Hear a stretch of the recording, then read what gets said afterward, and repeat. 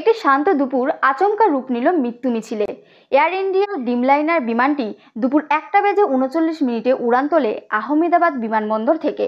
গন্তব্যস্থল লন্ডনের গ্যাটউইক। পাইলটরা শেষবারের মতো কন্ট্রোল টাওয়ারে জানান, speed check, everything is normal.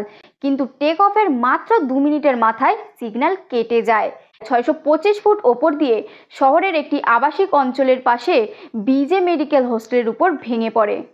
চিৎকার, কান্না ও আতঙ্কে ভরে ওঠে পুরো শহর। বিমানে পাইলট, বিমানকর্মী ও যাত্রীসহ মোট 242 জন, তার মধ্যে একজন বাদে সবারই মৃত্যু ঘটেছে। বেঁচে গেছেন কেবলমাত্র 11 নম্বর সিটে বসা বিশ্বাস কুমার রমেশ।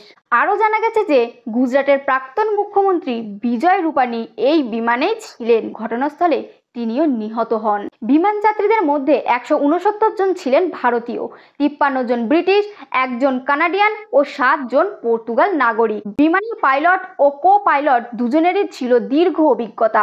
কিন্তু জানা যাচ্ছে যে যান্ত্রিক কিছু গোলযোগ ও বিমানে থাকা প্রচুর পরিমাণে জ্বালানির কারণেই এমন দুরবস্থা হয়।